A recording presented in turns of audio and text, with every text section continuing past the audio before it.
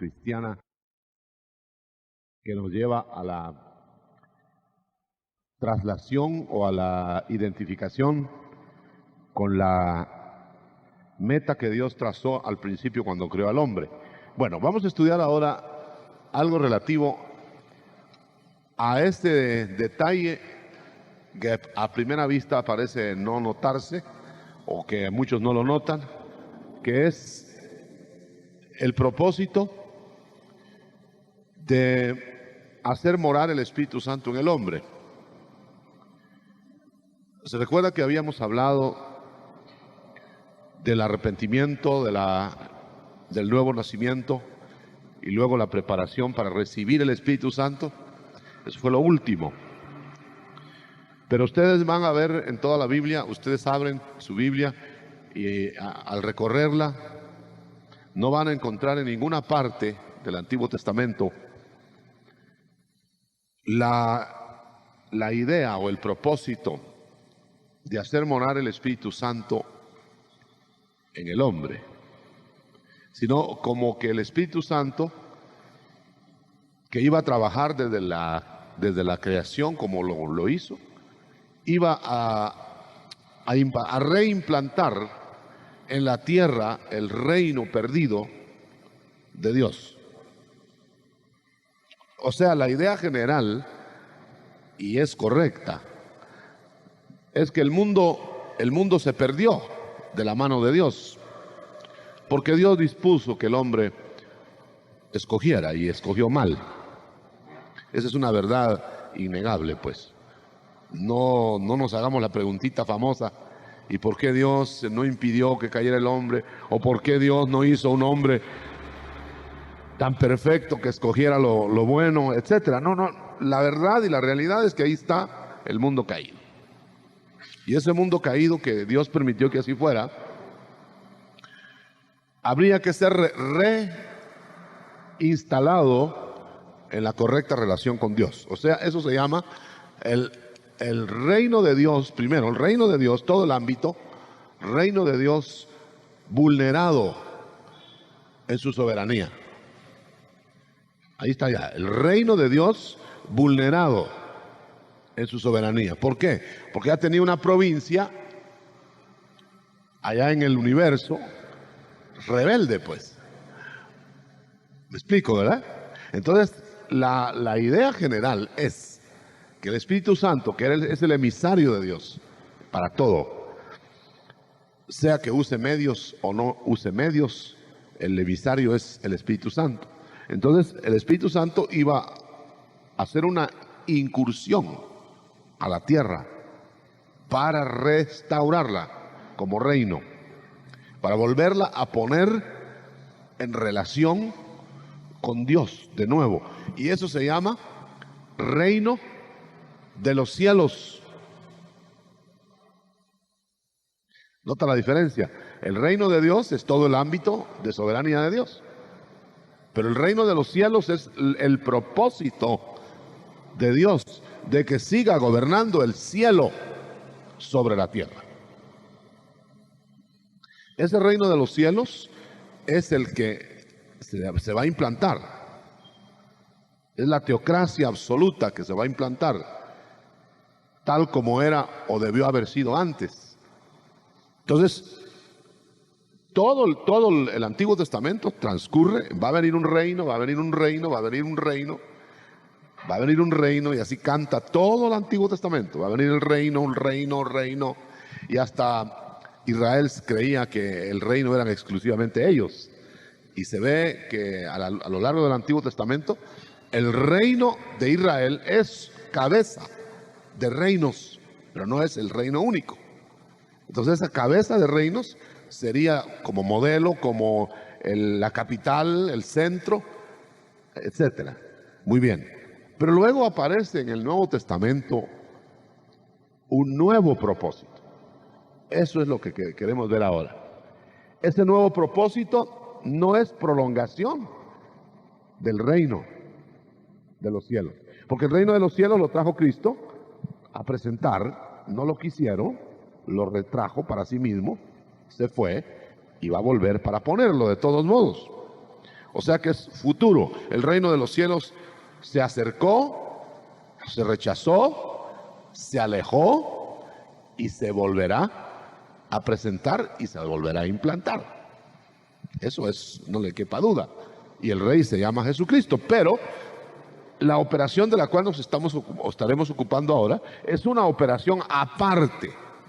Ahora ya se sabe que aquellos que van a ser del reino tienen que ser tratados interiormente por Jesucristo, que es el motor del plan, el pagador del plan, y todos los que fueren creyentes, pero no mentalmente, sino creyentes de hecho de Jesucristo, serían su reino. Pertenecería al reino de los cielos y por consiguiente al reino de Dios. Pero la otra operación es diferente. ¿Qué es lo que se propone ahora Dios? Lo que se propone es mandar su Espíritu Santo a morar en un grupo del reino para poderlos injertar mediante la unión con Jesucristo en la divinidad. Nota que eso es diferente. Ese es un plan mucho más, no solo mucho más elevado, sino mucho más profundo, y es un plan exquisito. Bueno, repito pues, entonces ahora la operación no es visitar la tierra para reducir al orden a los sublevados de un reino y hacerlos súbditos, sino ahora es de los súbditos nuevos o restaurados del reino de Dios, traer al Espíritu Santo para hacer morada en esa gente, para poderla elevar aún más arriba del reino, para poderla colocar, esa cantidad de personas, poderlas colocar en la misma esencia de la divinidad. Ahora, claro, no nos vamos a confundir pensando que vamos a ser dioses literalmente. Dioses con minúsculas, sí, parte de la divinidad, es decir, componentes, pero no en esencia la divinidad misma, pues.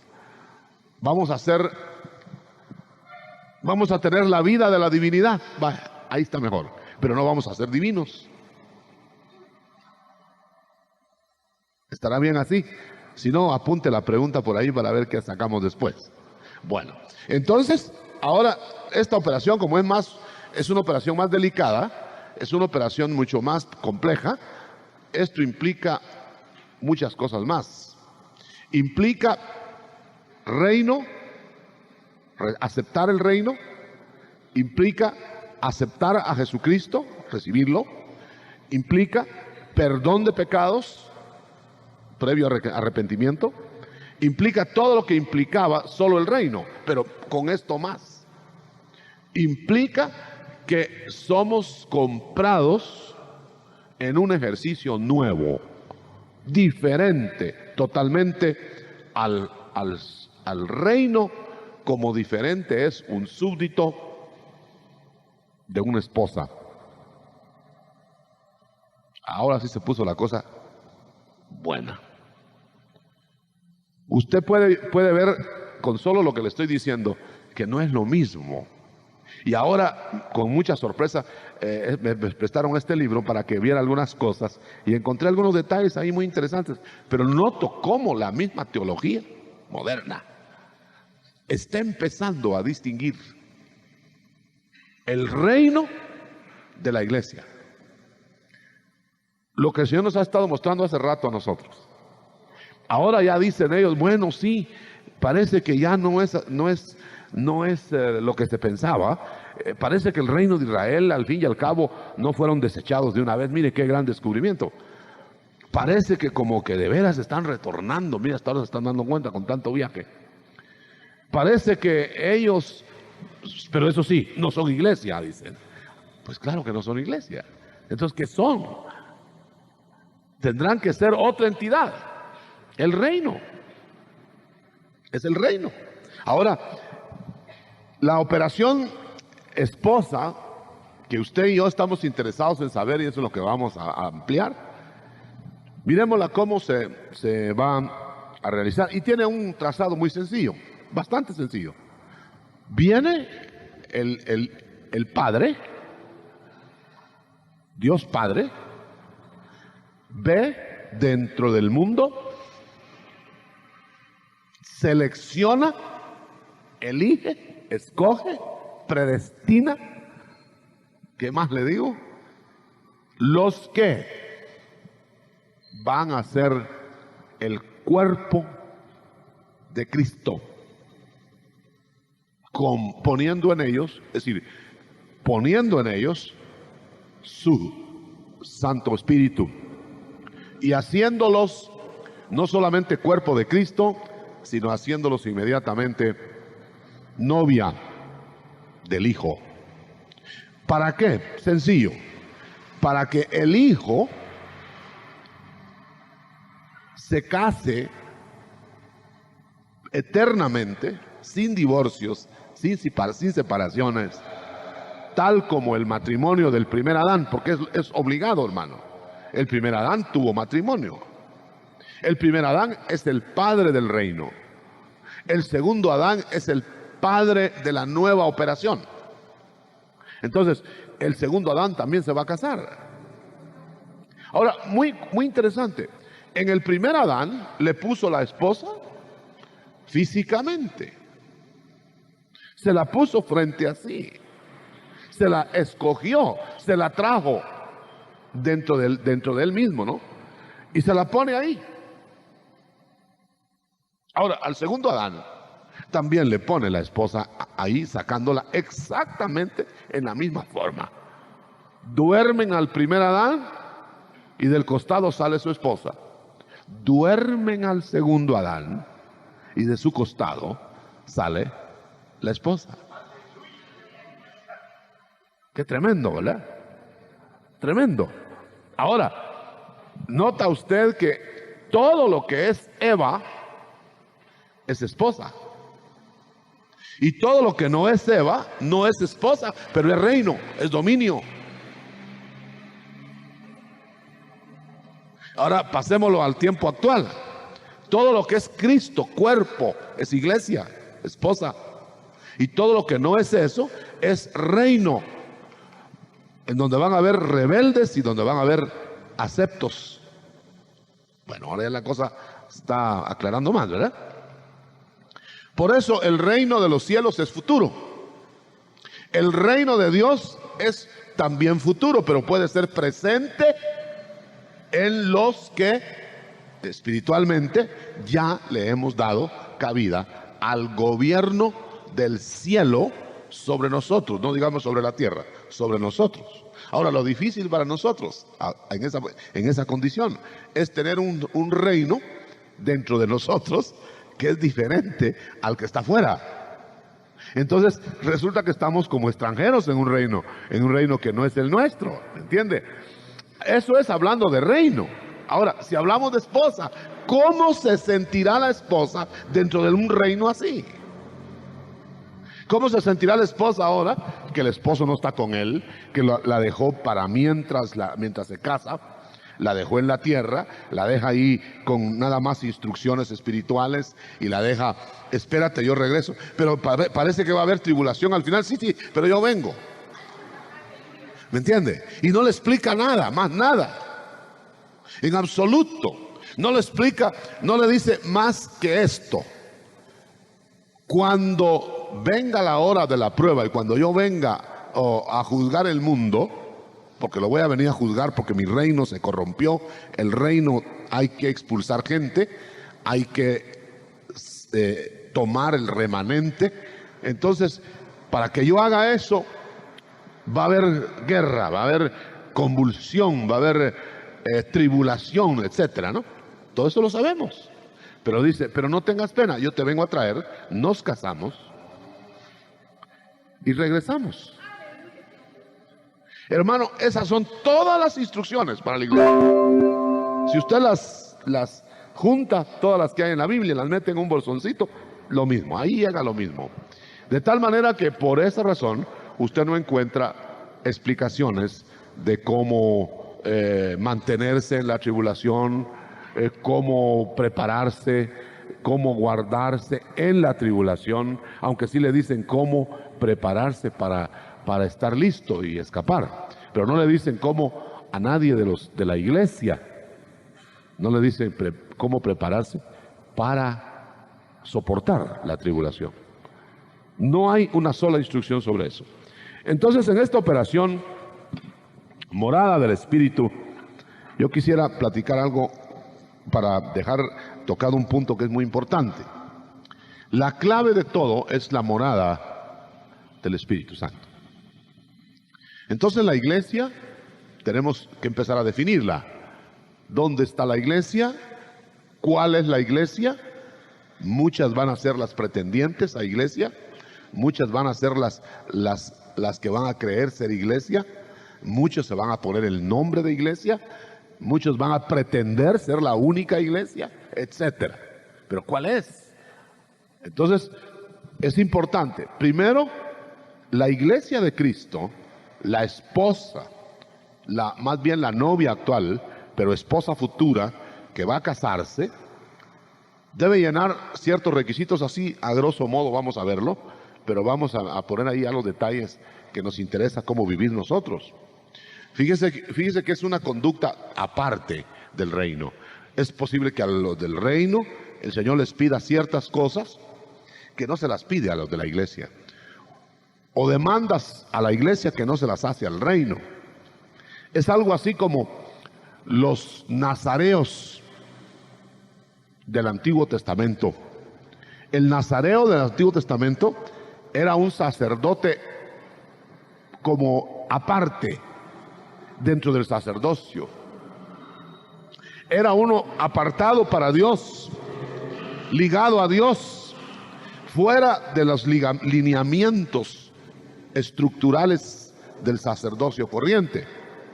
Entonces a ellos se les pedían muchas cosas que no se les pedían a los otros sacerdotes. Por ejemplo, una muy clara: no tomarás vino.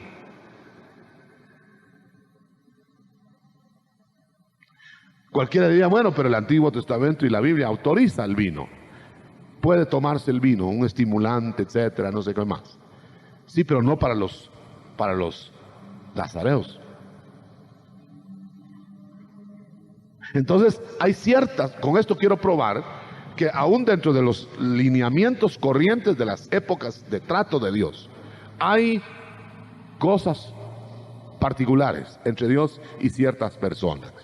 Entonces la iglesia se convierte en una entidad sin precedente, única, no tiene comparación con ninguna otra, ni lo tendrá jamás.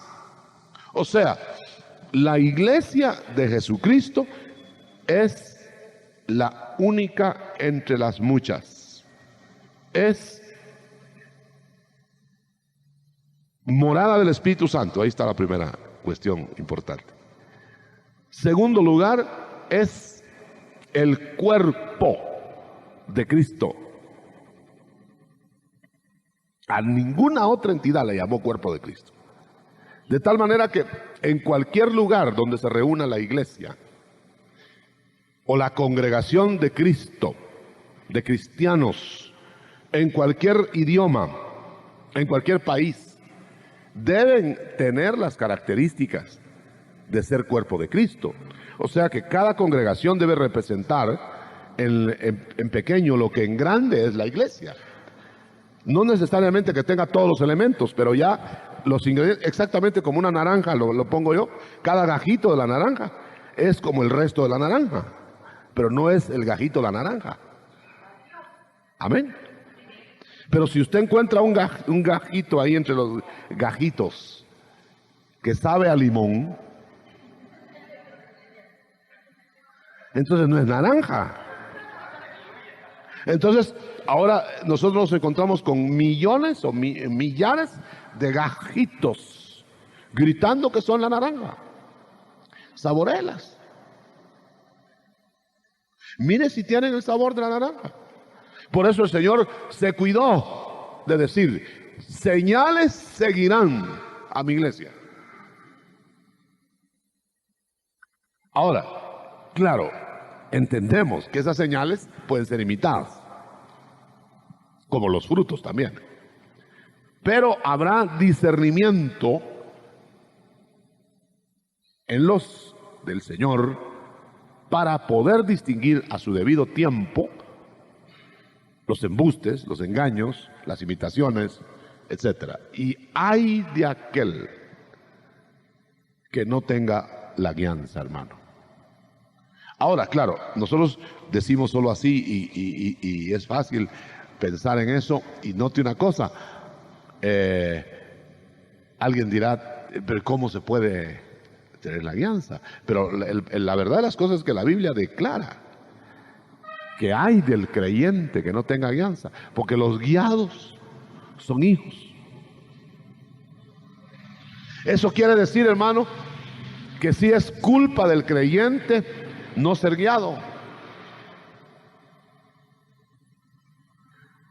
Digámoslo de otra manera, ¿querrá guiar el Señor a todos los suyos como iglesia? Sí. ¿Querrá llevarlos de un lugar a otro exacto? Sí. ¿Tiene medios suficientes para hacerlo? Sí. ¿Quiere hablarles? ¿Cómo no? ¿Por qué no todos oímos? Primer factor, porque no todos nos ponemos en la condición de oír. Ese es el primer factor. El segundo factor es que el Señor tiene tiempos especiales para cada cosa que debe entenderse también. Pero el caso de que hay personas que dicen, ¿y cómo hago yo si me equivoqué o no me guió el Señor o no encontré la salida a tal o cual asunto? Es culpa de nosotros mismos, porque a veces queremos ver lo que deseamos ver y no lo que realmente la Escritura está diciendo. Y esto no es sencillo, hermano. Por eso es muy peligroso que la gente se crea muy guiada, tan guiada como que hablara de tú a tú con Dios todos los días. Muy peligroso. ¿Cuántos chascos nos hemos llevado? ¿Cuántas sorpresas desagradables hemos tenido? Y ahora yo creo que es tiempo de combatir un poquito ese extremo, porque es un extremo. Como que acaban de hablar con Dios en el puro trono. Acaban de estar platicando de tú a tú con Dios. Es muy sospechoso, ¿verdad?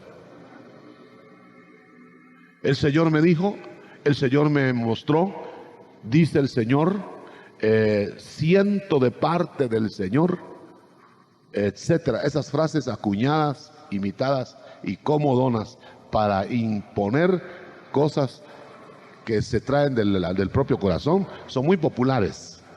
Y yo creo que esa es una cosa importante. Aparte de la alianza, ¿sabe por qué le digo que es tan difícil? Porque aún Pablo, que se elevaba a alturas insospechadas en el terreno de la alianza, perdía la alianza a veces. Entonces, ¿cuántas veces la perderemos nosotros al día, verdad? Entonces, tenemos que estar seguros de ser rectos y sencillos de corazón, para que inmediatamente que hay una jalada de orejas, una jalada del saco de parte de Dios, del Espíritu, enderecemos la nave. Quiero que veamos un incidente. En las versiones nuevas de la Biblia se declara, pero específicamente, más que las nuestras un poquito mal ajustadas a veces, que cuando la alianza se produce en el creyente de la iglesia, participa la Trinidad. Fíjese qué interesante. A veces creemos que nada más es de una vocecita, de una sombra, de un señalamiento, de una señalita por aquí y de un asuntito por allá. No, hermano, de ninguna manera. El pasaje está en Hechos. Pablo lo experimentó en las Biblias nuevas. Usted lee que el primero que detuvo a Pablo para no ir a predicar a Asia fue el Espíritu de Jesús.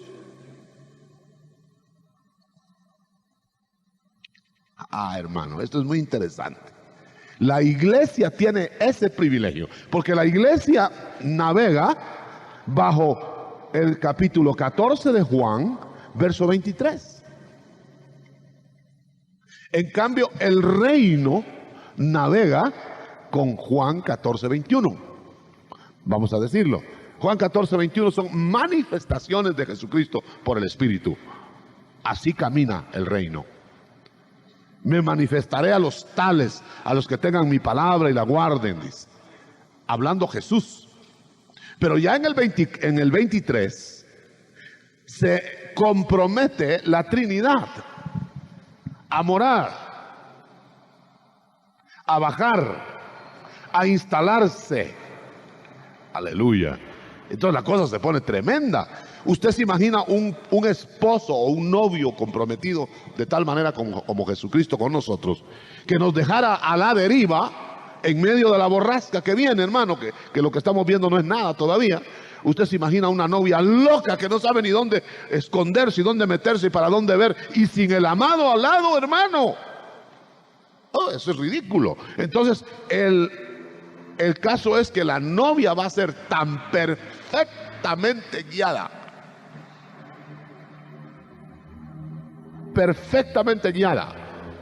que va a participar la Trinidad. Por eso la instalación es triple. Mirémosla. El Espíritu de Jesús detuvo a Pablo, o mejor dicho, le impidió a Pablo ir a predicar a Asia. Y luego sigue leyendo usted y dice, pero insistió, dice. Entonces el Espíritu Santo lo detuvo. Mire, más fuerte el parón ahora. No sé si estoy en el orden. Si alguien tiene ahí no tienen versión moderna o versión Beson o versión Jerusalén. Muy bien, ahí está mismo. Eso es lo que dice el griego. Y en la segunda vez,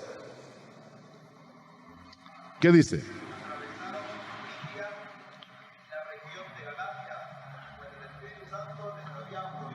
Ahí está. El Espíritu Santo se los había prohibido. El Espíritu de Jesús no se los permitió. Y luego Dios los mandó a Europa. Una visión, le habló el macedonio, ven a nosotros, y ellos dieron por hecho que Dios los enviaba a Europa. Participaron Padre, Hijo, Espíritu Santo. Son operaciones maravillosas, porque la iglesia verdadera tiene la morada de la Trinidad. Es parte integrante, sin ser divina, la iglesia.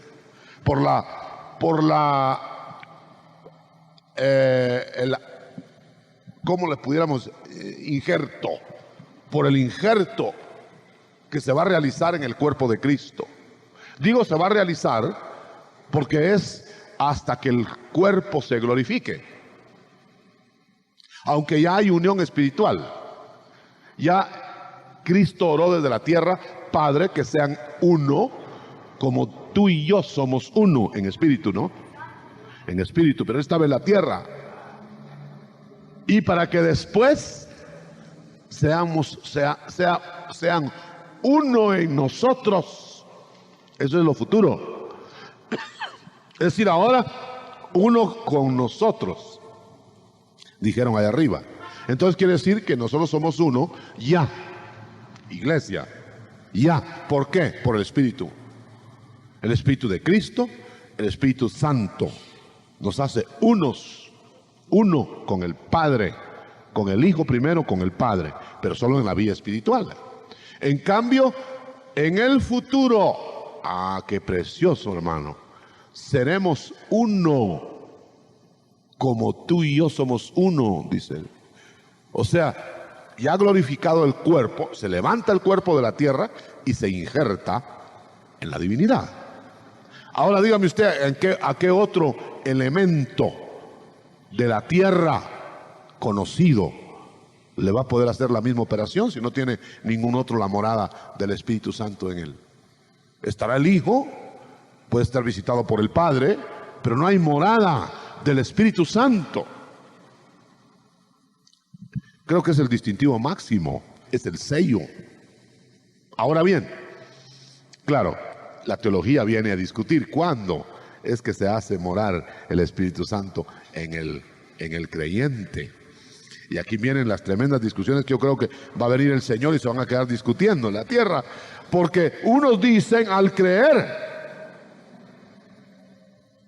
otros dicen al ser bautizados con el Espíritu Santo. Está probado que el Espíritu Santo como persona llega con el bautismo del Espíritu. Y está probado por la Biblia que no es un acto simultáneo con la conversión. Pero no todos lo aceptan. Usted va a grandes sectores cristianos hoy día, por eso no nos podemos guiar por lo que diga la teología X, Y o Z. Si usted va, no quiero decir nombres, pero que va a ciertos sectores, usted pregunta y le dicen, ¿cómo no? Nosotros desde que creímos tenemos ya al Espíritu Santo morando en nosotros. Y se queda usted perplejo. Dice, entonces, ¿por qué yo seré retrasado? Porque a mí me llegó después. O yo estaré errado. Y además, note, esa es una primera razón, el sello. La segunda razón es la única entidad que Dios le dijo que iba a hablar en otras lenguas. O sea que donde la iglesia verdadera se reúne, a lo menos estamos viendo como cuerpo de Cristo, no como esposa todavía. Esas son otras intimidades, hermano, que vamos a ver después. Estamos hablando como cuerpo. Va a tener Espíritu Santo morando, idioma nuevo que no tiene ningún otro, adornos específicos en el cuerpo y ministerios del cuerpo. Por esa razón es que no dio Dios a nadie ministerios como a la iglesia. Los ministerios primarios de la iglesia son del cuerpo. Usted lo sabe. Entonces, si no hay cuerpo, ¿dónde pone los ministerios? En las entidades que se arrogan el derecho de iglesias. Digamos, hay un grupo, dice, somos la iglesia de Cristo, creemos en Jesús como Apolos, ¿verdad? ¿Y dónde le ponen los ministerios si no son cuerpo?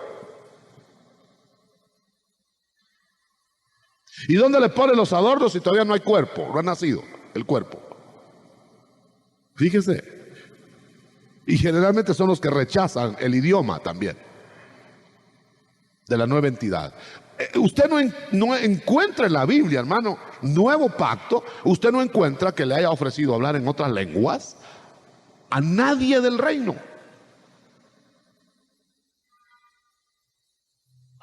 Es tan tremendo esto, hermano, tan solemne, que oficialmente, y yo así lo creo personal, es una creencia personal. Jesucristo nuestro Señor, nuestro Salvador, no habló en lenguas. Algunos dicen que sí.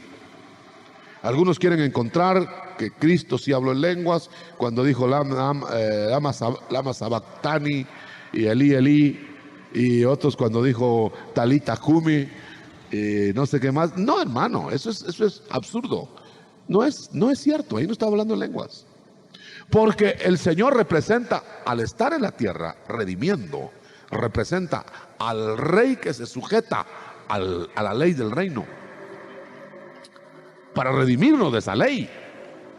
De tal manera que Él no es nuestro modelo. Por eso no es nuestro modelo cuando fue bautizado en el Jordán, en el sentido de que Él haya recibido bautismo y hablar en otras lenguas. A mí me han dicho ese argumento. Hermano, ¿y por qué ustedes que son seguidores de Cristo hablan en lenguas y su cabeza nunca habló en lenguas? Su cabeza no fue bautizado como ustedes son bautizados. Tremendo. Ahora, por supuesto, el Señor ordenó al cuerpo muchas cosas que la cabeza no estaban incluidas.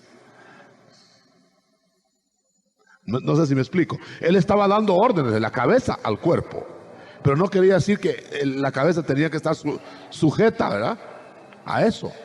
Es el cuerpo el que tiene que aceptar todos estos señalamientos. Entonces vamos a ver, resumiendo, primero, idioma, morada del Espíritu, o sea, el sello de propiedad. ¿Qué más? Cuerpo de Cristo. ¿Qué más? Ministerios. ¿Qué más? Dones. Oiga eso. Ahora, señales también, señales que seguirían a la iglesia. Todo lo que está incluido en el cuerpo de Cristo, pues es la iglesia. Lo demás es reino. Y la iglesia, cuerpo de Cristo, jamás puede ser seccionada.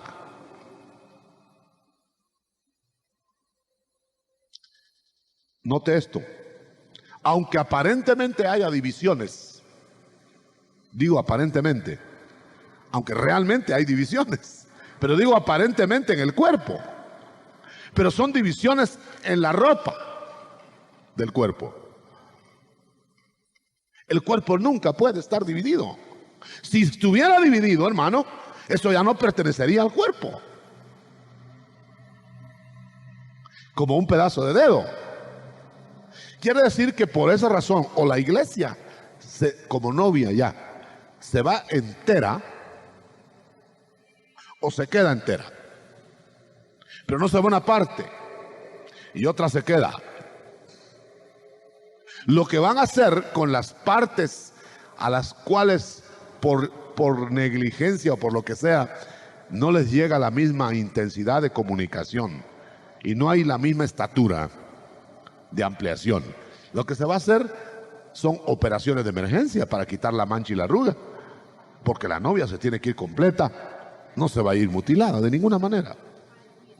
Tampoco ningún miembro del cuerpo de Cristo se puede hacer miembro de una ramera, dice Corintios. No puede llegar a ser parte de la iglesia falsa.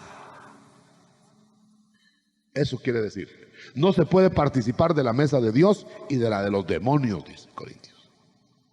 ¿Qué es definición? Por eso coinciden las dos salidas de la puerta final del reino y de la iglesia. La una se llama la red y la otra se llama la odisea. Y coinciden exactamente. La una es la expulsión de los súbditos incompetentes, incapaces, inútiles del reino. Y lo otro es la expulsión de las congregaciones de los que no son cuerpo del Señor. Debemos dejar una palabra que cierre esta exposición en el sentido de la apostasía y la blasfemia al Espíritu Santo. Para que una persona se pueda perder de los que han sido llamados, hablando de reino, esa persona tiene que haber conocido a Jesucristo, conocer su propósito. Usted sabe que hasta los demonios saben el propósito de Jesucristo. Conocer todo eso, tenerlo sabido. Luego decir que sí se someten, se sujetan. El Espíritu de Cristo los toma como parte de la actividad, exactamente como fue tomado parte de la actividad a un don Judas. No Tadeo, ¿verdad?, sino el otro, Iscariote. Entonces quiere decir que hay en el reino quienes son tomados para servicios, para esto, para lo otro en el reino, pero que pueden inclusive volverse atrás, negándose, resistiéndose al Espíritu Santo que los llama, que los invita.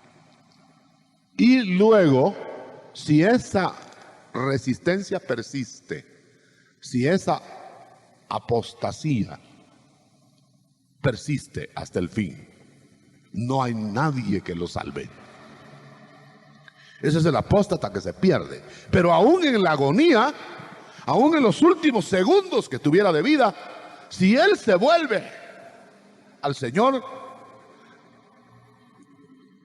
se salva. Porque no es el pecado imperdonable la apostasía. La apostasía es la vía de retorno de los renegados de la fe en el reino. Porque no tienen la posesión de la Trinidad que opera para siempre en la persona, que la ubica de una vez. Si no tienen la invitación, el llamamiento, la programación, exactamente como Dios hace, programa, pero no tienes tú que hacer necesariamente el programa de Dios. Puedes no hacerlo. Eso va inclusive para los de la iglesia también. Nosotros de la iglesia nos programan a 100 por 1. Así nos programaron. Y damos lo que queremos dar. Pero eso a voluntad nuestra. Y al final, pues tendrá que verse de hacerse los datos ahí para las colocaciones y galardonamientos. Pero no se está hablando de eso ahora. Entonces tenemos el plan ahí. Y está el apóstata que se fue voluntariamente de la fe en el reino, aquel que fue expulsado porque no tenía vestido de boda, y léase entre paréntesis, vestido de boda no es vestido para casarse.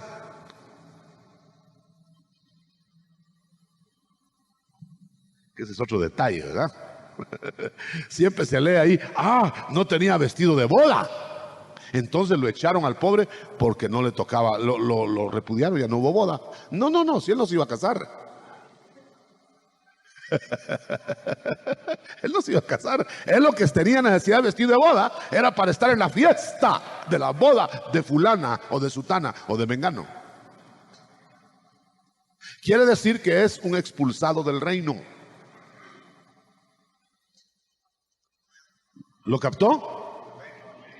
No sé, es como las 10 vírgenes. ¿Acaso eran 11 casamientos? La parábola de las 10 vírgenes. ¿Cuántos casamientos iba a haber ahí? En masa, 11 casamientos. No, era uno. Y las otras 10 que eran el cortejo, vestido para acompañar. Gloria a Dios, gloria a Dios. ¿No ve que 5 se quedaron afuera y lo mismo, la novia lo mismo se quedó, se casó? Bueno, eso quiere decir, hermano, que viene el único pecado que se certifica en el Nuevo Testamento, que sí es imperdonable aquí y allá. Ahí sí que, ¿para dónde? No, tal vez no tenemos una explicación completa de esto, tal vez no tenemos respuesta a muchas preguntas, pero ahí sí que no hay para dónde.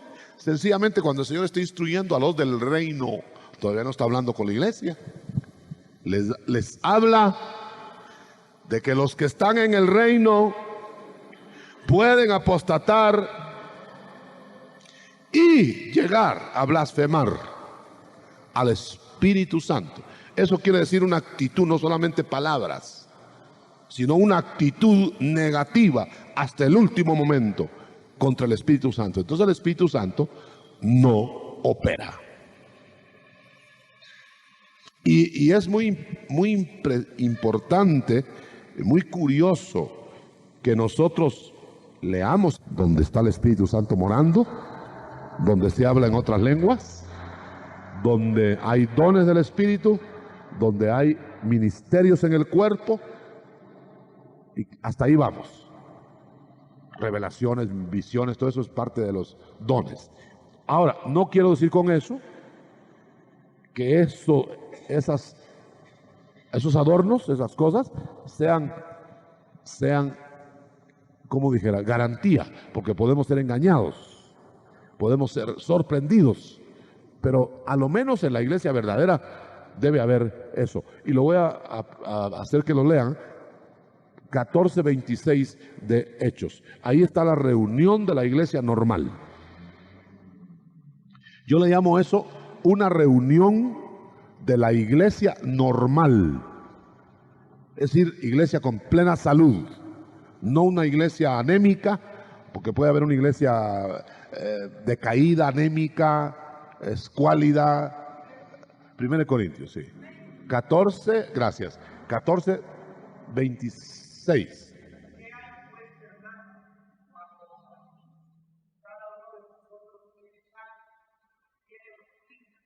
Tiene lengua, tiene revelación, tiene interpretación, hágase todo para edificación. Cuando los hermanos de la iglesia normal se reúnen, debe haber alabanza inspirada, quiere decir, lo primero. Alabanza, adoración inspirada. Nótelo. Eso quiere decir salmo. Deben haber salmeos. Y salmear es danza y todo lo que usted sabe, ¿no? Los salmos van con todo lo que tienen, men, con todo lo que dicen. Si el salmo dice danza, danza, si el salmo dice grito, grito, si el salmo dice risa, risa, etc. Eso es uno. Dos, doctrina del Espíritu, original, dada, brotada, nacida. ¿Qué más dice? Lengua. Lengua. Ahí está. Ahí está, mire. En iglesia normal debe tener lenguas.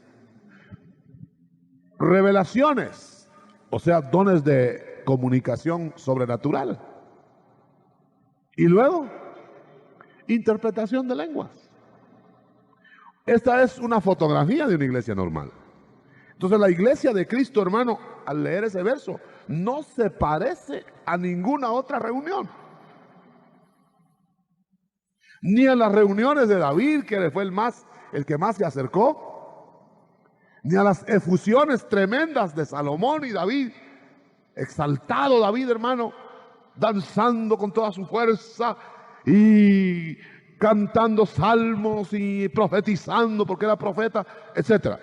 Ni eso es la iglesia normal. Todo lo que David tuvo, y tuvo cosas grandes, están en inferioridad de condiciones en relación a la iglesia normal. Ahora, vea usted las iglesias, si son normales, aplíqueles ese texto. Una vez yo lo hice en una iglesia, hay salmos, se paró alguien a leer un salmo.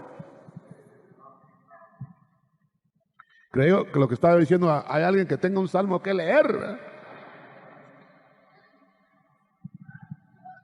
Usted entiende que se trata de un toque del Espíritu que lo haga salmear y hasta danzar, salir como trompo. Muy bien, dejamos hasta ahí el reacondicionamiento de la iglesia. ¿Vienen las preguntas? ¿Vienen las preguntas? De las preguntas nace la mayoría de las cosas que queremos decir, hermano. Hermano pastor, ¿cómo entendió Pablo cuando el Espíritu de Jesús lo detuvo, la diferencia entre el Espíritu de Jesús y el Espíritu Santo? Ahí viene el cuento. Y eso quisiera saber también.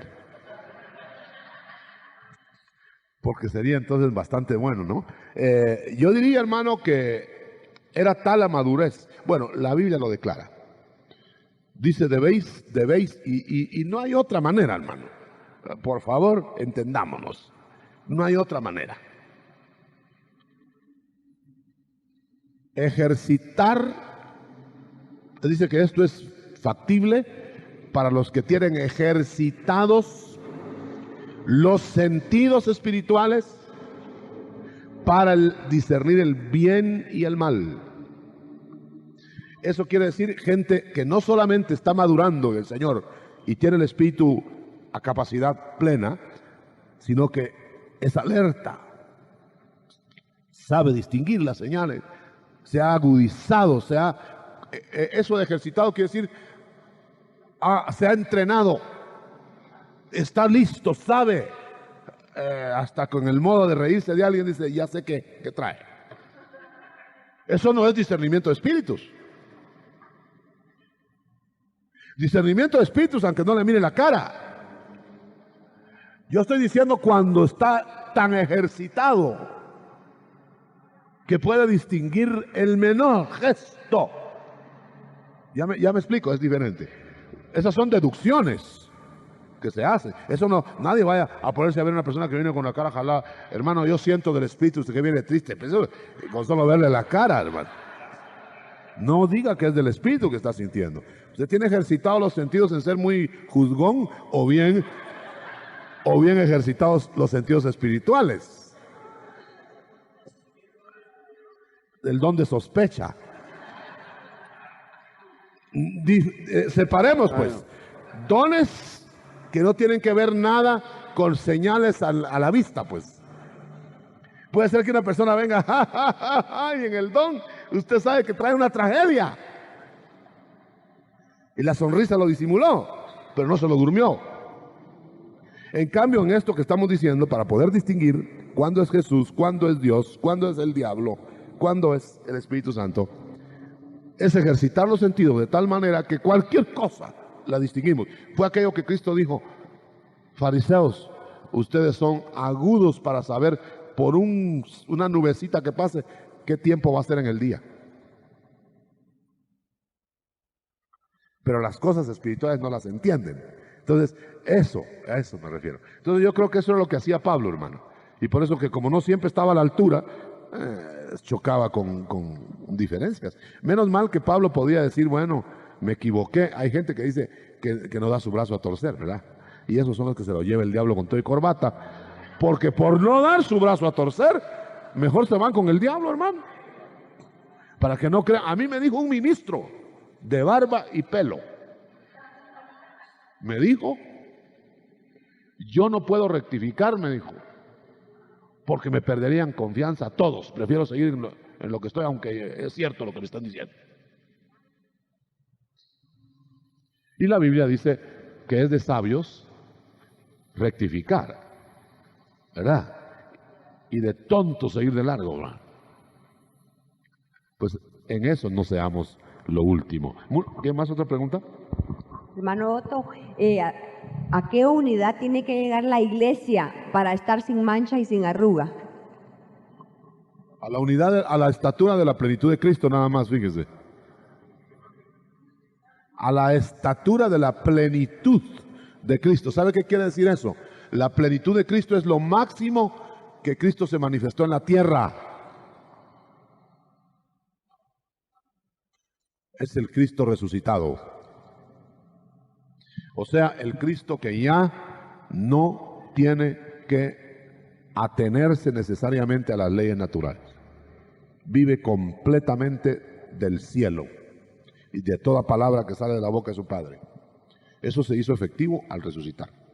Con cuerpo todavía en la tierra, porque el cuerpo glorificado ese ya es para el cielo y para el retorno en el reino. Quiere decir que la iglesia va a perder su mancha y su arruga en el momento, no en el momento, antes del arrebatamiento. Tiene que perderlo, tiene que perder mancha y arruga, porque no viene el Señor por una iglesia con mancha y arruga, sino por una iglesia sin mancha y arruga. Entonces tienen que plancharla y lavarla antes. Y yo creo que la lavada y la planchada ya está empezando. Y creo que empezará por casa. Según Pedro, es necesario que empiece por casa. Ahora dice de una vez Pedro, para que vea que es general la cosa, dice, y si el juicio empieza por casa y el justo con dificultad sale ileso, dice, ¿qué irá a hacer del que ni siquiera busca la santificación? ¿Qué irá a hacer del pecador y del infiel, dice? O sea, hermano, que va a haber una zaranda, mi hermana, va a haber una zaranda que realmente van a quedar en la zaranda, el trigo nada más, que realmente es trigo. ¿Por qué? Porque tienen que quedar sin mancha y arruga. No se puede imaginar que se vaya una arruguita por ahí, ya se va imperfecta la iglesia. Muy bien. ¿Otra pregunta? Hermano Otto, digamos, nosotros sabemos que entonces que el Espíritu Santo, el bautismo con el Espíritu Santo es por predestinación. Ahora, el momento de la manifestación en la vida del cristiano está sujeto a actitudes del vaso, o habrá un momento específico en el que tenga que llegar esta manifestación a la vida del creyente.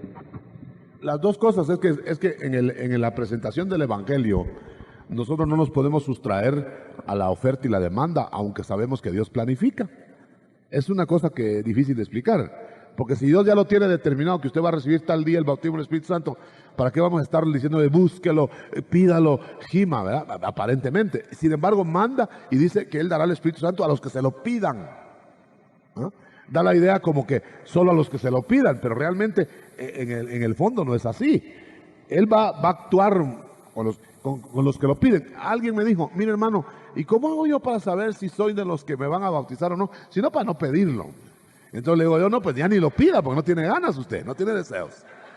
Es que lo primero que va a haber en el predestinado es deseos. Le aseguro a usted, como que 2 y 2 son 4, que nadie que sienta realmente hondo deseo de ser bautizado con el Espíritu Santo dejará de serlo. A mí me dijo otro ministro, mire, de pelo y barba, me dijo estas palabras, enojado, como quien dice, ¿para qué le hice caso? Me dijo a mí, ¿verdad? Enojado porque me dijo, ya me fui a meter a los montes, ya me metí por todos lados, como usted habla de ese bautismo del Espíritu Santo, pero ni la punta de la lengua se me durmió, me dijo. ¿Y qué culpa tengo yo? Le dije, si no soy yo el que bautiza. Él quería decir que no había nada, porque él no fue bautizado. ¿Cuánta gente? Yo sé de otros 12, 15 años de estar buscando, entre comillas, el bautismo con el Espíritu Santo. Yo digo que no están buscando, como aquellos que salen a buscar trabajo y ruegan a Dios no encontrarlo.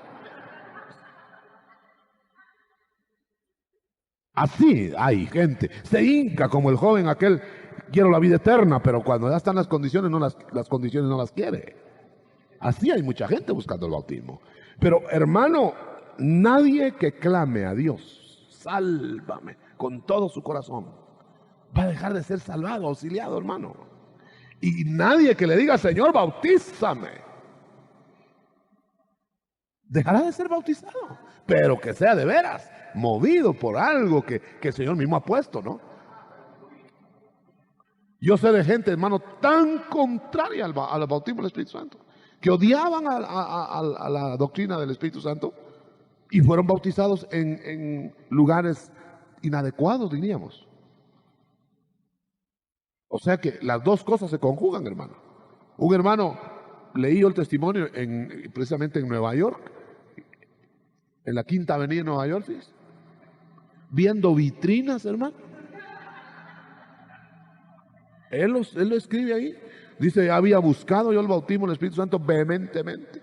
Me habían retirado los montes, ayunos y todo. Y ya decepcionado, desilusionado, con la Biblia colgando así ya de decepción. Se fue a ver vitrinas.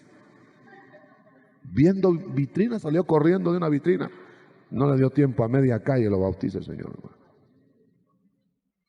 Y yo sé de otra hermana que había buscado piadosamente en los altares, debajo de la mano de los ministros, debajo de una buena predicación, ni el pelo se le movía. Regresó a su casa a lavar los trastos que había dejado amontonados. Lavando los trastos la bautiza el Señor. Si el Señor tiene unas sus salidas, hermano. Yo sé de la esposa de un evangelista que le decía a su esposo, yo nunca voy a pedir el bautismo, porque mira cómo la revuelcan, mira cómo andan, mira cómo están, y mira que caían al piso y todo. Le dijo, pues está bien, dice que le dijo. Entonces, y esa noche dijo, para que no me bautice, me voy a poner mi mejor vestido, porque con este vestido no me va a tirar al suelo.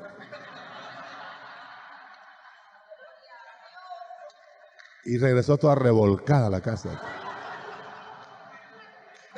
Es imposible decir que nosotros vamos a decir cuándo, cómo y dónde, ¿verdad? Sí, y no estoy contando anécdotas, es algo que yo lo he oído. ¿Me entiende? ¿Quiere usted mayor? Bueno, en experiencia personal, yo no quiero, Señor, mire quién es uno. Pero le nacen a veces cosas a uno, hermano. Yo no quiero que me bautices en una iglesia, Señor. Bautízame aquí en la sala, para que no digan que me convencieron los hombres. Ahí me bautizó. ¿Y quién era yo? Sin embargo, está bien, está bueno, está ahí. Fíjese. Con esto le quiero decir que el Señor hace como Él quiere. Ahora, deben haber tiempo para cada uno. Si somos predestinados, debe haber tiempo para cada uno. Pero el Señor lo va guiando a ese tiempo. Y le va poniendo todo para que confluya el tiempo, momento y lo que sea. A ver, ¿qué más? ¿Por dónde van? Allá. Amén. Buenos días, hermano Otto.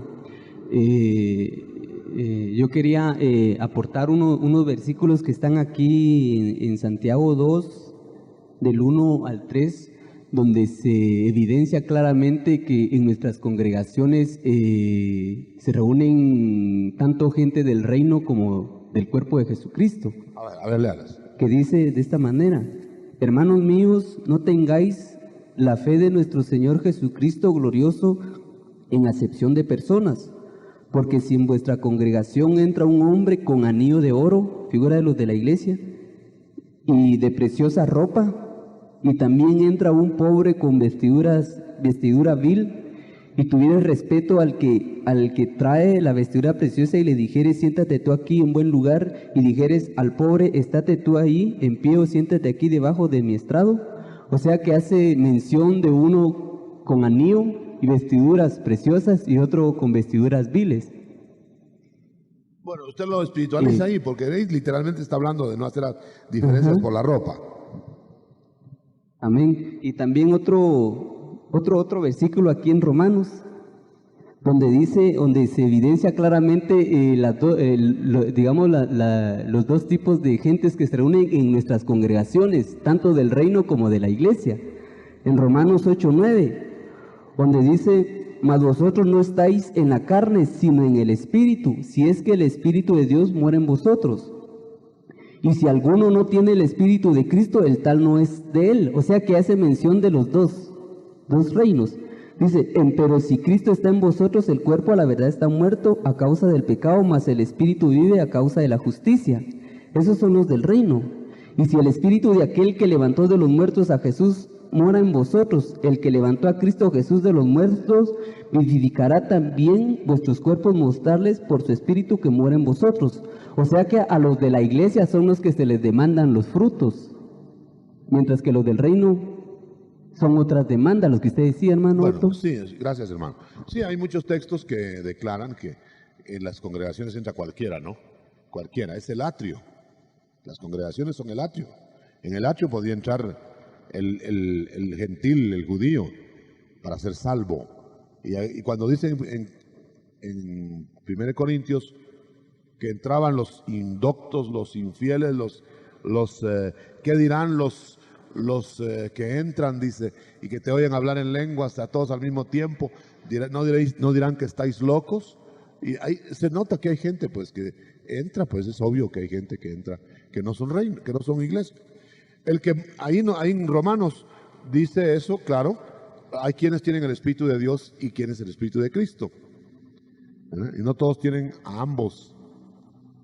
Pero eso ya son los detalles que ya explicamos. Muy bien, por aquí van las manos, por allá. Diga. Otra pregunta, hermano. Un gran saludo para usted. Bendiciones. Diga.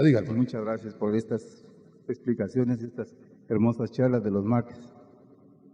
La pregunta es, ¿cómo es la diferencia o cuál será la diferencia primordial entre el reino, la iglesia y el cuerpo de Cristo sobre la tierra, hermano? El cuerpo de Cristo y la iglesia es lo mismo. Entre el reino y la iglesia, que uno es la esposa y el otro es un siervo, para no repetir todo lo que ya dijimos. Uno es, ¿qué diferencia encontraría usted entre la sierva, la doméstica, la mucama de la casa y la esposa de la casa? Esa es la diferencia. Muy bien, gracias, hermano. Una pregunta más. ¿Cómo sería la vestidura del hombre para poder acudir a las bodas? Las costumbres judías eran el novio, me parece que el novio les compraba un vestido especial a todos para que se pusieran. Me parece que era más que todo para no establecer muchas diferencias de tipo social. Entonces ponían como uniforme y eso se lo regalaban. Y es una figura muy linda porque nota usted que nadie podía decir, pues yo no me lo puse porque no tenía para comprarlo, sino que era sencillamente porque no le había dado la gana, porque se lo regalaban. Entonces es para expresar la necedad del que entra por sus propias pistolas, por sus propios medios. Entonces, claro, en esa boda podía haber un coladito que lo sacaron inmediatamente porque se notaba el parche ahí, ¿verdad? Por el vestido. Pero en las bodas del Cordero no se va a colar nadie. Muchas gracias, hermano. Ahora, claro, estas figuras, más que todo, las señalé yo por el hecho de que se confunde mucho reino con iglesia en cuanto a las parábolas, ¿verdad? Y cuando se habla de las 10 vírgenes, parece que las 10 vírgenes son iglesia. Y dice, la mitad son los infieles, la otra mitad los fieles, y la iglesia, la mitad se queda y la mitad de la iglesia se va. Eso no es así. Hermana María Elena, aquí, hermana María Elena. Miren, mi Diga, hermano, hermano. aquí dice que hay pues hermanos cuando os reunís, cada uno de vosotros tiene salmo, tiene doctrina, tiene lengua, y así va explicando. Imaginémonos, mi hermano, que haya un grupo donde solo esté la iglesia, un grupo de solo la iglesia, pero no todos profetizan, ¿verdad? Yo creo que es correcto, ¿verdad, mi hermano? Porque a veces puede pasar que alguna de las hermanas o hermanos se siente que nunca son usados por el Señor, aparte de la señal que tienen de hablar en lenguas. Sí, no queremos decir con eso que si no se habló en lenguas en la reunión ya no es la iglesia la que está ahí. No, pero a veces, mi hermano, sucede pues que no todas las personas van a profetizar, ni todas van a No llegaron los elementos, interpretación. no llegaron los que lo hacen, o no era el momento, etcétera, o la clase de reunión no era para eso. Pero lo que estamos hablando es en el sentido genérico. Cuando la iglesia hace sus fiestas espirituales, sus reuniones devocionales, no puede ser iglesia normal la iglesia que le faltan esos elementos. Amén. ¿Ya? No, pero puede pasar, mi hermano, supóngase que una persona nunca va a ser usada para interpretación o para lenguas de profecía. Nunca va a ser Sí, usada, pero es iglesia, ¿verdad? Pero la iglesia es la que tiene el conjunto de cosas, no es una persona. Sí. Es que esa es la diferencia. Si fuera que cada persona lo debe tener, entonces sería más difícil, porque es correcto lo que usted está diciendo. Pero entre un conjunto normal de creyentes reunidos para devociones, es imposible que sea una iglesia normal si no se desarrollan esas manifestaciones. Y nosotros lo vemos a la luz de los acontecimientos, ¿verdad? En la iglesia, conforme ha ido madurándose, van apareciendo las manifestaciones. Eso no quiere decir de ninguna manera que el que no tenga el don lo debe tener por fuerza. No. Va a haber alguien que lo tenga. Amén. Sí, gracias a Dios por eso, ¿verdad? Si no hay ninguna otra pregunta, hay otra.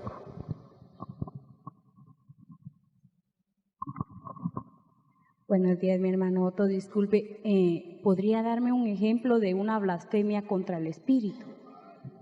O no ejemplo, sino Sí. que algo que demuestre, o sea, de que yo no creo que alguien deje de creer en el Espíritu, pero quisiera un ejemplo o algo que me... Mire, hay dos enseñara. clases de acechanzas que vienen a ser Está buena la pregunta por esta razón.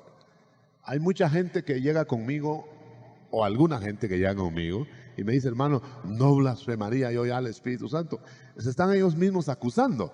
Hay otros que espíritus les ponen pensamientos obscenos contra el Espíritu Santo, contra Jesucristo, contra el Padre. Y eso es corriente. Eso no es blasfemar al Espíritu Santo. La blasfemia al Espíritu Santo es la actitud que puede evidenciarse y debe evidenciarse generalmente en palabras, pero es una actitud que rechaza airadamente la obra del Espíritu Santo, la niega aún teniendo el testimonio en sí mismo de que es una obra de Dios, pero por intereses privados, por intereses personales, lo que sea, pero conscientemente lo niega, se revela y hasta dice cosas. Miren una verdad tremenda. Yo creo firmemente que solo en el reino se puede blasfemar al Espíritu Santo, no en la iglesia. Miremos el ejemplo en Pedro. Pedro pudo renegar y hasta insultó a Cristo, habiéndolo recibido ya. Pero eso no lo eliminó del reino. Y ya cuando estaba en la iglesia, él se entregó totalmente, hasta su vida dio. Y cuando el Señor arengó de la blasfemia del Espíritu Santo, lo hizo en el reino, cuando es en los evangelios, cuando estaban atribuyendo su ministerio, viendo lo que veían, sabiendo cómo era, teniendo las evidencias en la mano, estaban atribuyendo el ministerio del Señor al diablo. Y entonces ahí les dijo el Señor eso, que el que blasfemara, que al Hijo lo podían menospreciar. Pero si estaban menospreciando al Espíritu Santo, el Espíritu Santo les cortaría toda posibilidad de salvación a los que estaban en la actitud de ser hechos hijos del Señor. ¿Verdad? Así que un ejemplo no podemos saber qué insulto tendría que ser, ¿verdad? Sí, digan.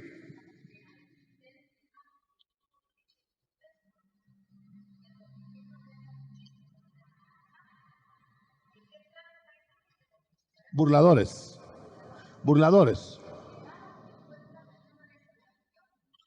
Perfectamente, porque muchas veces lo hacen por ignorancia.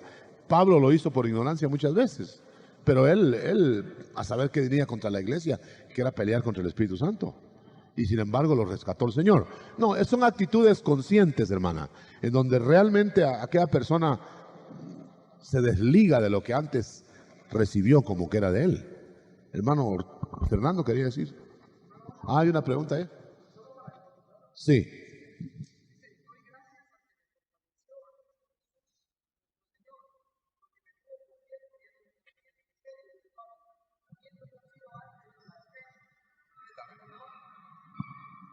Dice Pablo, habiendo yo sido antes blasfemo, perseguidor e injuriador, mas fui recibido a misericordia, porque lo hice por ignorancia e incredulidad.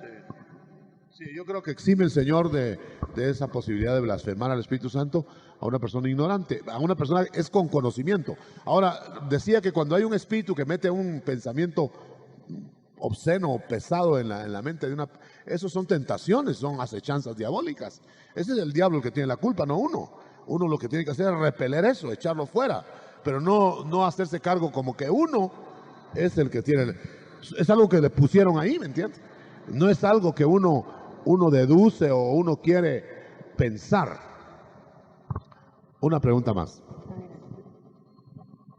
Hermano Otto, tengo entendido que el reino son personas que pueden ser salvas sin necesidad de pasar en todos los pasos que conocemos, como bautismo en agua, bautismo en espíritu, etc. Pero según he llegado yo a sentir, las personas de la iglesia sí tienen que pasar por todos los pasos que Dios pone, como por ejemplo bautismo en agua, en espíritu, bautismo en fuego, santificación, glorificación, perfección antes de la glorificación. ¿Qué considera usted al respecto? Sí, exactamente, hermana. Exactamente, ese es el caso. El reino son nada más, puede ser inclusive gente, mire este del reino que es identificado perfectamente, el ladroncito de la cruz, fíjense que nada hizo, ni bautismo de agua, ni conoció iglesias, absolutamente nada más clamó. Entonces, del reino pueden ser el salario mínimo del reino, clamar antes de morir, y ya es del reino. Clamar con toda su alma a que lo salve el Señor. Todo el que invocar el nombre del Señor será salvo. Ese es reino, pero la iglesia sí hay un montón de... O sea que la iglesia sí tiene que llegar a la perfección. La iglesia es un desarrollo que nos lleva a la perfección. Son 7 pasos, ¿me entiendes? Sí, ¿verdad? 7 pasos y muchas aplicaciones que nos hacen llegar a este papel. Vamos a ser hechos a la imagen de Jesucristo. Eso es todo. Entonces, toda la tarea es llevarnos a la imagen de Jesucristo. Esa es iglesia. Pero no van a llevar a la imagen de Jesucristo al del reino. Esa es otra cosa diferente. A ese lo llevaron lo llevaron apenas clamando, solo clamó y lo arrastraron al otro lado de una vez, al reino, y al reino en el otro mundo. Quiere decir que no hay comparación entre lo uno y lo otro. Es exactamente lo que usted acaba de decir. Y aquí había una pregunta, parece que... ¿hay otra más? Aquí hay varias. Ya tenemos solo un par de minutos. Hermano Otto, yo le quería preguntar sobre las personas que son salvas, pero que nunca reciben el bautismo. ¿Dónde quedan esas personas? ¿Dónde estaban? En el reino. En el reino, pero no podemos tampoco decir que son del reino. Porque no sabemos, no por el hecho de no haberles bautizado el Señor en tanto tiempo, podemos asegurar que no los va a bautizar después. Así que mientras una persona no se muera, no sabemos si esta persona va a ser de la iglesia. No podemos discriminar en ese sentido. Ahora, en cuanto al trabajo, no se puede hacer lo mismo con uno del reino que con uno de la iglesia. Eso sí es visible. ¿Había una pregunta más allá? Amén, hermano. Las personas que pertenecen al reino tendrán parte en la primera resurrección, como cuando David exclamó: yo en justicia veré tu rostro y seré saciado cuando despertare a tu semejanza. ¿Eso sucederá en la primera resurrección, hermano? Bueno, sí, pero primera resurrección tiene muchas fases. Sí, en primera resurrección, porque no pueden estar en la segunda se pierden. ¿Y cuáles serían esas fases de la primera resurrección? Bueno, ya ese es otro tema muy extenso. Eso lo vamos a ver más adelante. Pero para que no se vaya con la duda, nada más queremos decirle que a la venida del Señor por la iglesia, el primer ascenso de resucitados. Ahí puede hacer que vayan algunos acompañando. Eso es lo que creen algunos teólogos. Otros que no van a ir acompañantes ahí, sino hasta la fiesta de las bodas. No tengo claridad en eso. Pero hay un texto que es muy fuerte para pensar que la iglesia es la que va a levantarse nada más. Si el Espíritu de Dios mora en vosotros, ese os levantará vuestros cuerpos mortales. A menos que a los otros los levanten de otro modo, que podría ser también, ¿no? Pero a los que van a ser, los que con propiedad van a ser levantados, vivos o muertos, van a ser los que tienen el Espíritu morando en ellos. Y después vienen las otras fases de la resurrección, que eso habría que estudiarlo, ¿verdad? Aquí hay otras dos preguntas y finalizamos ahí. Hermano Otto, que el Señor le bendiga. Yo solo tengo una duda, quiero que usted me lo explique. ¿Qué es reino? ¿Qué significa reino? La duda que tenía. Bueno, ya es explicado varias veces, pero vamos a decirle en una palabra. Reino es el dominio de un rey sobre sus súbditos. Entonces el reino de Dios es el dominio que tiene Dios sobre sus criaturas. Ese es el reino de Dios. El de Cristo, el dominio que tenga Él sobre sus hijos. En cambio, la iglesia no es asunto de dominio, es asunto de comunión, de esposos. Amén. Es para decirlo así resumido, hermana, porque ya han sido temas tratados o que vamos a tratar. Digamos, así como el personaje aquel de Roma que usurpa el lugar del Espíritu Santo, que viene a usurpar que se atribuye él, digamos, el lugar del Espíritu Santo, las personas que le rinden idolatría y adoración, ¿será un caso de blasfemia contra el Espíritu Santo? Pero como mucha gente le están rindiendo pleitesía por ignorancia, entonces yo diría que sí hay blasfemos ahí, que a conciencia lo están haciendo, sabiendo que es un engaño o lo que fuere. Pero no podemos decir que todos los que están en Babilonia hoy son babilónicos. Muchos pueblos de Dios están en Babilonia todavía. Así que no los podemos tasar como blasfemos. O sea que al llegar al Señor salvos. Les es borrado eso entonces. Sí, porque la blasfemia sería ya consciente. Amén. Absolutamente conscientes. Bueno, están surgiendo más manos, el tiempo se nos fue, hermanos, se nos fue. ¿Dónde? Allá. ¿Qué quiere agregar mi hermana? Vamos a ver. Y ya, oramos. Para el pueblo de Dios, que se pueda sentir en el reino y pueda no sentirse en el reino. Me refiero pues que ya se sienta en la iglesia y conoce bien quién es quien domina su vida, que es Cristo su Rey. Pero digamos dentro de la congregación, sea esta o donde fuera, hubiera gente que se sienta en el reino y después de oír una licitación como esta, decir, bueno, yo no me quiero quedar en el reino, me quiero mover a la iglesia. O sea, a la que va a ser arrebatada, a la que se está perfeccionando por el Espíritu Santo. ¿Podrá esa persona hacer algo de su parte o simplemente ya está designado que va a ser del reino nada más? Todo el que sienta el anhelo de ser de la iglesia y entiende, es porque el Señor lo está poniendo, va para ahí. Amén, amén. Va para ahí. El que es no del siente, reino y ahí se queda, no y se queda indiferente, no le importa. No le importa, está bien ahí lo clasificaron. Y se siente feliz ahí, ¿verdad? No, el que le pone el deseo a Dios, Dios no va a dar sed si no le va a conseguir el agua. Amén. Gloria ¿verdad? a Dios. Muy bien, vamos a cerrar esta reunión porque ya se alargó y la paciencia de ustedes tiene límite, ¿verdad? Vamos a orar. ¿Quiere levantar sus manos al Señor? Usted sabe, hermano, que la operación matrimonio, cuerpo de Cristo, es lo que nos vamos a interesar en explicar en las sucesivas reuniones. Levante sus manos, porque eso va a ser lo que más le va a interesar a usted, porque va a ver todos los detalles para ser una iglesia madura, para ser un componente de la iglesia que va siendo perfeccionada. Así con sus manos levantadas indica que usted anhela eso, usted quiere eso, y el Señor le va a dar el agua si tanta sed usted tiene. Padre que estás en el cielo, mira cada corazón en esta mañana, mira cada vida, Señor, rendida, abierta. Ni a los animales, Señor, les vas a dar el instinto si no hay una manera de satisfacerlo, mucho menos a tus hijos racionales. Señor, sabemos que ningún anhelo en ti se frustra. Sabemos, Señor, que el reino que tú has fundado no tendrá fin.